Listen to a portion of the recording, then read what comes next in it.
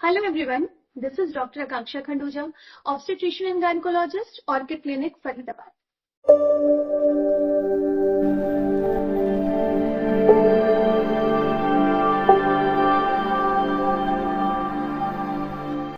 Periods महिलाओं में होने वाली एक सामान्य और जरूरी प्रक्रिया है जो महिला को शारीरिक और मानसिक रूप से स्वस्थ रखने के लिए आवश्यक है। हर महिला का पीरियड्स को लेकर अपना एक अनुभव होता है। किसी को बहुत भारी ब्लीडिंग होती है, किसी के लिए वही ब्लीडिंग बिल्कुल सामान्य होती है, किसी को असहनीय दर्द होता है और किसी को बिल्कुल भी दर्द नहीं होता। हमारा खान पान, हमारा वातावरण, हमारी दिनचर्या और कुछ अन्य फैक्टर्स की वजह से अक्सर महिलाएं अनियमित पीरियड्स का शिकार हो जाती हैं और इन्हीं पीरियड्स की एक समस्या है जिसे हम मेनोरेजिया कहते हैं। मेनोरेजिया पीरियड्स में होने वाला भारी रक्तस्राव है जो न ही केवल महिलाओं को शारीरिक रूप से बल्कि मानसिक रूप से भी प्रभावित करता है। उम्र और कुछ ऐसी मेडिकल कंडीशंस होती हैं जिसकी वजह से मेनोरेजिया के जुड़े कारण अलग अलग होते हैं।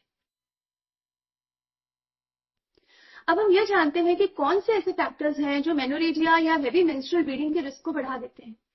सबसे पहले यह ध्यान रखें कि उम्र माहवारी को प्रभावित करने वाला एक बड़ा कारण है। किसी भी किशोरी के लिए अपने पीरियड्स के पहले साल में अनियमित समय पर अपने पीरियड्स आना या पीरियड्स के दौरान हेवी ब्लीडिंग का अनुभव करना कोई विशेष चिंता का कारण नहीं है। उसी तरह से बढ़ती उम्र भी मेनोरेजिया की बढ़ती घटनाओं से संबंधित पाया गया है।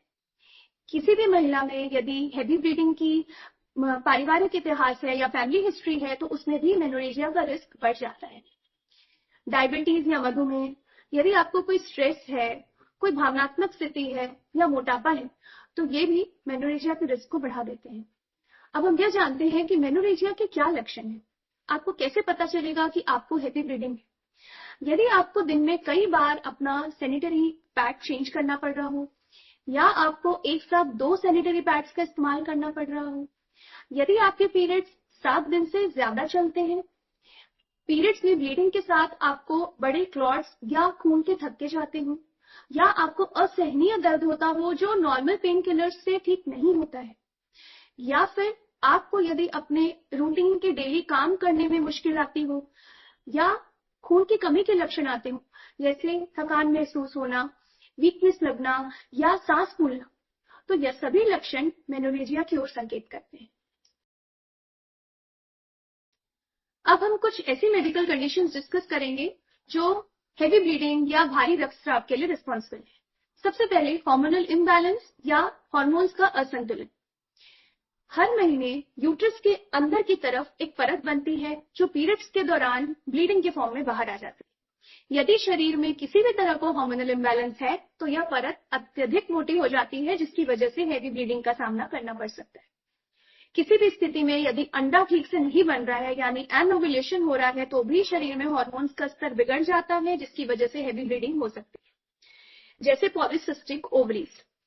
पॉलीसिस्टिक ओवरीज एक ऐसी स्थिति है जिसमें अंडाशय में छोटे छोटे द्रव से भरे सिस्ट बनने लगते हैं और अनियमित पीरियड्स पर ब्लीडिंग होना या हेवी ब्लीडिंग होना इसके लक्षण में शामिल है।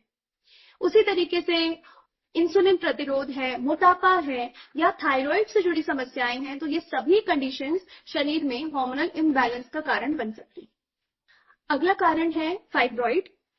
फाइब्रॉइड जिसे हम आम भाषा में रसौली भी कहते हैं, ये गर्भाशय में होने वाली नॉन कैंसरस ग्रोथ है जिसका नंबर और आकार हर महिला में भिन्न हो सकता है, स्पेशली यदि इसकी पोजीशन गर्भाशय की अंदर की तरफ परत में है तो ये हेवी ब्लीडिंग के लिए रिस्पॉन्सिबल हो सकता है।